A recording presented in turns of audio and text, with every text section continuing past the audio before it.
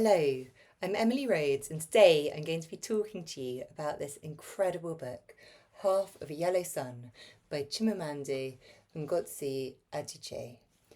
Um, I'm going to say straight away, I'm really sorry if I pronounce anything wrong. I inevitably will do. I actually realised this in our most recent book, Journey by Moonlight, by Antel Serb. I recorded this whole video pronouncing the main character's name as Mihaly, which is how it's spelled, rather than Mihai, which is how it's pronounced in Hungarian. So I'm really sorry, I'm trying. The other really awful thing I did was Charlotta. I pronounced as Charlotte throughout in a different book. So, it's hard to pronounce these things. And I think it's an issue that many readers have, which is that when you're constantly reading, unless you're listening to the audiobooks, you very much see the words on the page and you sort of say them as you'd say them just in your head. So when you hear someone else saying that word, it's often a shock, and often different to how you did it. One of my favorite instances is one of my great friends who has gone on to become like a phenomenal sort of professional writer, a published writer, and as teenagers, she I remember she started talking about how we'd never be rich enough to go on holidays on yachts. And I was like, what's a yacht? She's like, these really big boats. And of course, she meant yachts. Um, anyway, obviously, we're talking about a book here that is by a Nigerian writer about the Biafran War. And so, therefore, maybe mispronouncing words and names has a degree of prejudice in that. So I suppose I'm really apologising for that in particular. And please rest assured that I am really trying to get the pronunciation right. So this is an amazing book. It's the September pick for Emily's Walking Book Club. It's huge. It's like way thicker than most of our books. And as a result, there's so much to say in it. It's how to kind of sum it up. There are these kind of three main characters, although even then there's kind of massively oversimplifying because there are loads of characters. But the main ones whose kind of perspectives we share, sort of different narrators, are Ugu, who is a houseboy who comes to work at a professor's house. That's how it begins. Sorry, you can hear the door blowing in the wind here. Alana, or Alana, who is a middle class Nigerian, very beautiful woman who kind of follows her heart in leaving her privileged middle class family to go and basically live with this professor in the university town. And we also have her twin sister, Kainene. I think I've definitely pronounced that wrong. I'm sorry. Maybe it's Kainene. They're very different characters. Kainene is much sort of harder. Alana's very sort of soft and kind of giving. Kainene is a real businesswoman. But the Kainene story is actually from the perspective, I think I'm right in this, of Richard, who is her kind of partner, who is a white English man who's kind of rather lost and is finding himself in Nigeria. In fact, finds himself to be a Biafran in the end. Although, of course, there are all sort of problematic things in that. So these different situations, these different relationships, these different perspectives, it begins at the beginning of the 1960s, and gives this portrait of kind of middle class Nigerian life. And then she kind of jumps forward a few years to the Biafran War, the beginning of the Biafran War, and she like jumps back again, sort of fill in the gaps a bit. But really, the main subject is the Biafran War, which, I did know of the Biafran War. I knew of those sort of awful photographs. I didn't really know the details of it or the kind of the complexities of it. It took place from 1967 to 1970, and it was about Biafra trying to become a kind of independent country um, from Nigeria. And it's very complicated, not least because of England's involvement there first, so the kind of legacy of colonialism, and also I think they supplied quite a lot of the sort of armed power to Nigeria. Um, so there's a lot of history and a lot of fact here, but actually it's also kind of two love stories, really. The love story between Alana and her professor, Kainene and Richard, Ugwu, who,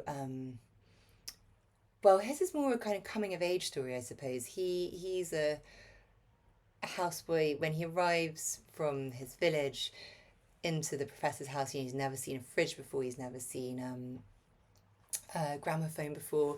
He's completely new, but he's also incredibly intelligent, and he really flourishes and blossoms and sort of finds his own voice as the book continues, and he really becomes part of that family. And I think the way these different characters sort of interconnect, and the relationships, and the sort of blood ties and the love ties and the loyalty ties are all in flux throughout, and are all, you know, each one is absolutely fascinating. You know, somehow if she'd just given us one of these relationships and explored it, you know, that would have made an incredibly good novel. You know, perhaps a much slimmer novel, more like the ones I normally pick. But here there are a lot of relationships, and there's really so much in those complexities, and that it's very ripe to explore.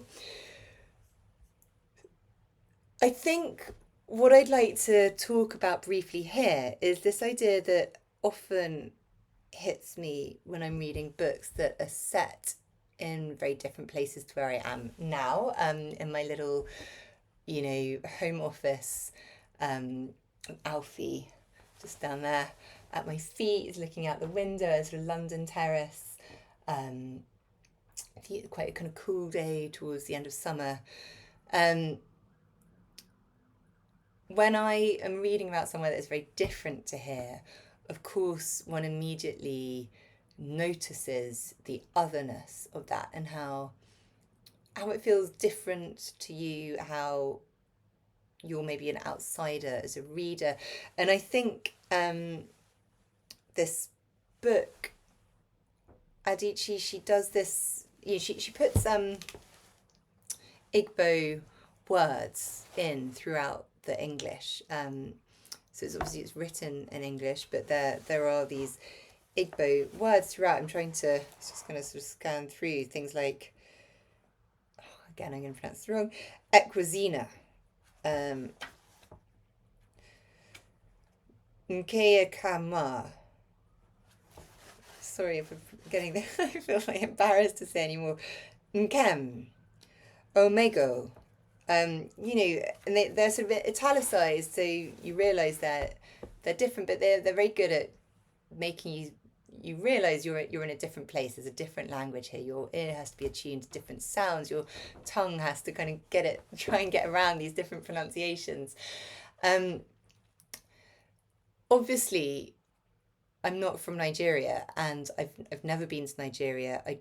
I'm not from there, and also this was set in the 60s, you know, a completely different time, a time of terrible war, as it turns out.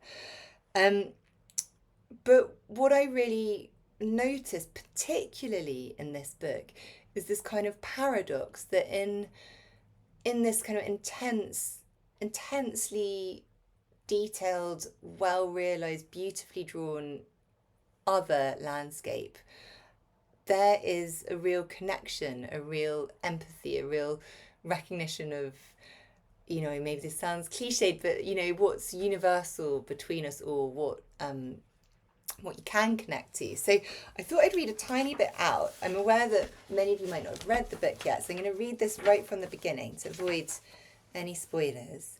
And this is when Ogwu has just arrived at the professor's home to be a houseboy. He's just come from the village.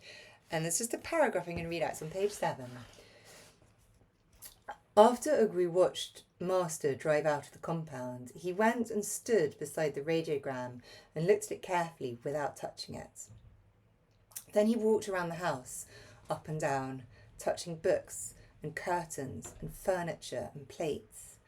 And when it got dark, he turned the light on and marvelled at how bright the bulb that dangled from the ceiling was, how it did not cast long shadows on the wall like the palm oil lamps back home. His mother would be preparing the evening meal now, pounding akpu in the mortar, the pestle, grasped tightly with both hands. Chioke, the junior wife, would be tending the pot of watery soup balanced on 3 stones over the fire. The children would have come back from the stream and would be taunting and chasing one another under the breadfruit tree. Perhaps Annalika would be watching them. She was the oldest child in the household now, and as they all sat around the fire to eat, she would break up the fights when the younger ones struggled over the strips of dried fish in the soup.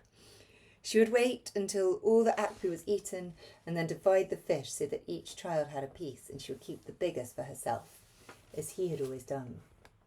Ogwu opened the fridge and ate some more bread and chicken, quickly stuffing the food in his mouth while his heart beat as if he were running. Then he dug out extra chunks of meat and pulled out the wings. He slipped the pieces into his shorts pockets before going to the bedroom. He would keep them until his auntie visited and would ask her to give them to Annalika. So I'm going to stop there. So just to sort of give a little close reading of this bit, instantly we can see all these things that are different, pounding akpu in the mortar. What is akpu? The palm oil lamps. Chioke, the junior wife, there are various wives here.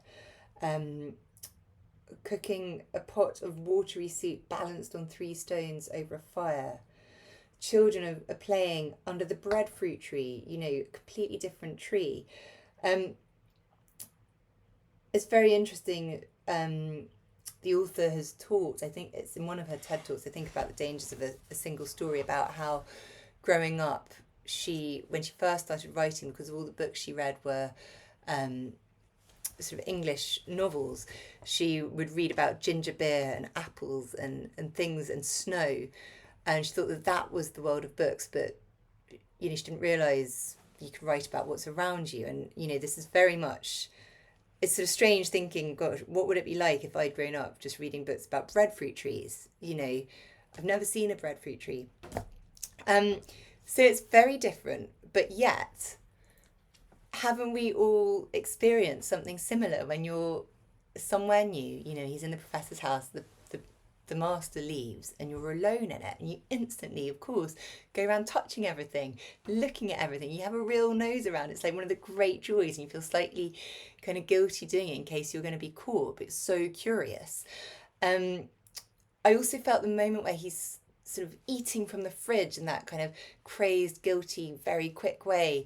It felt familiar to me. I mean, not just from my sort of late night fridge raids, but that worry if you're a kind of guest somewhere and you're not kind of in charge of the food, you don't really know when you're next going to get some food. Do you need to eat up then? Do you I've definitely kind of squirreled away packets of oatcakes in case I remember when I was pregnant, I was worried I was going to wake up hungry. So again, there are these universal feelings that we share, as well as in this setting that's very other. And I think that combination is very powerful. And I think paradoxically, the more detailed the kind of otherness is, the easier it is to imagine yourself into that place and therefore be kind of at one with it, sort of relate to it. It's a really fascinating thing, and it's I think to me that is the sign of a truly great novel, you know, somewhere that can open a window into a completely different world. I feel like I've learned so much about Nigeria, about its history. I've learned masses, but I've also really felt it because I felt there in it. I've really empathized with the characters and can see bits of myself in them. And an interesting thing is, Adichie says Ogwu, the houseboy, is the character who she feels closest to. And, you know, on the face of it, he is the most different to her, in that he's uneducated. He's a boy. He's a houseboy. He's very poor. She grew up as in a middle class Nigerian home with houseboys.